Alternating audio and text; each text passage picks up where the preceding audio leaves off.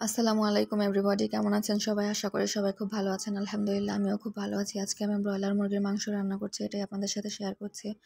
আমি একটা প্যান গরম করে নিয়েছি, এর মধ্যে তেল দিয়ে তেজপাতা, এলাচ, দারচিনি, লবঙ্গ এগুলো ভেজে নিয়েছি। এর মধ্যে পেঁয়াজ দিয়ে পেঁয়াজটাও ভেজে নিয়েছি। এবার কিছুটা পানি দিয়ে দিচ্ছি যাতে করে মশলাটা না ছেটে। এবার আমি আদা বাটা, রসুন বাটা, জিরা বাটা, পেঁয়াজ বাটা এগুলো দিয়ে দিয়েছি। ধনিয়া গুঁড়া, শুকনো মরিচের গুঁড়া দিয়ে দিয়েছি। এবার মশলাটা ভালো করে কষিয়ে নিতে হবে। আসলে আমি মাংসটা আগে লবণ হলুদ দিয়ে ম্যারিনেট করে রেখেছিলাম, এজন্য মশলায় আর লবণ হলুদ অ্যাড করিনি। এবার আমি ম্যারিনেট করা মাংসটা দিয়ে ভালো করে কষিয়ে নিচ্ছি। কিছুক্ষণ কষানোর পরে এবার আমি ঢাকনা দিয়ে 5 মিনিটের জন্য ঢেকে রান্না করব। এবার ঢাকনাটা উঠিয়ে একটু নেড়ে দিচ্ছি। এ পর্যায়ে অ্যাড করছি আলু।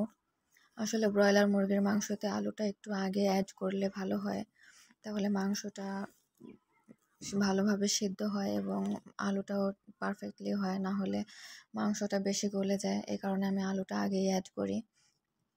ভালো করে কষিয়ে নিয়েছি। এবার আমি এখানে কিছুটা গরম পানি অ্যাড করছি।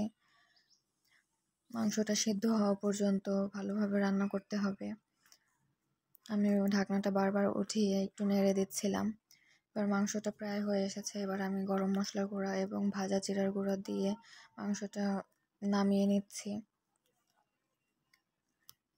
মাংসটা আমি একটা বলে নামিয়ে নিচ্ছি। এই যে মাংসের ফাইনাল লুক। আল্লাহ হাফেজ।